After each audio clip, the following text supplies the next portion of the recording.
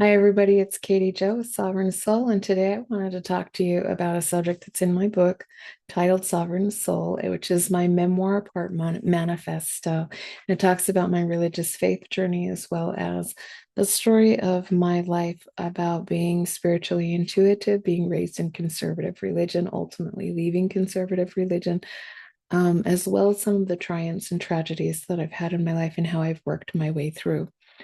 So I wanted to talk today about this. To be Christian, if you are Christian, means that you must concede to the idea that a woman must stand and make choices of her own in spite of the patriarchy. Let me back this up. To be Christian would mean that you believe in Jesus. To believe in Jesus means that Mary bore Jesus. Now, Mother Mary was a young girl, unwed, but she was promised to Joseph. She was, as the story goes, she was visited by an angel, an emissary of God, who then told her that she would be having a boy or a baby.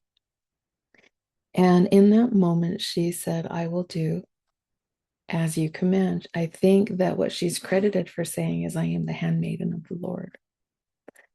Now, in the society that Mary lived, she didn't have the right to agree to that. In the society that she lived, she didn't have the right to say yes to anything or anyone other than her husband.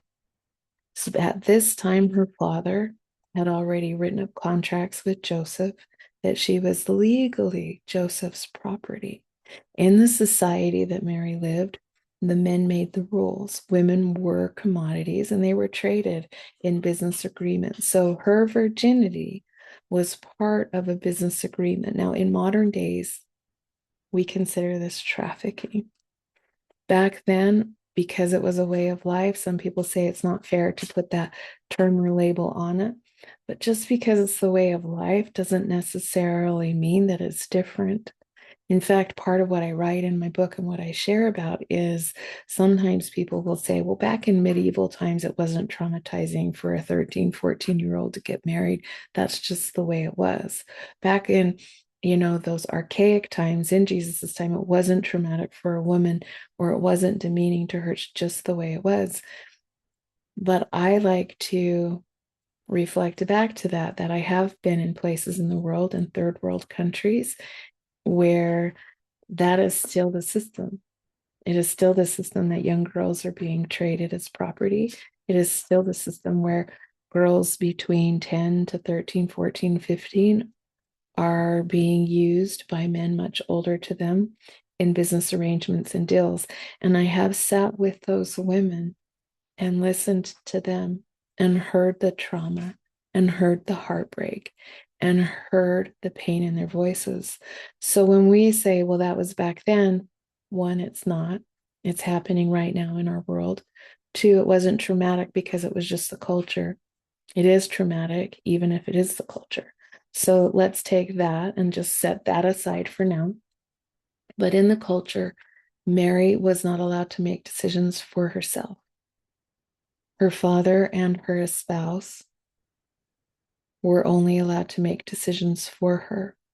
At the time, Mary would have been just hitting puberty. We don't know how old she was, but the culture was such that when a woman started her menstruation, which was on average between 12 to 15 years old.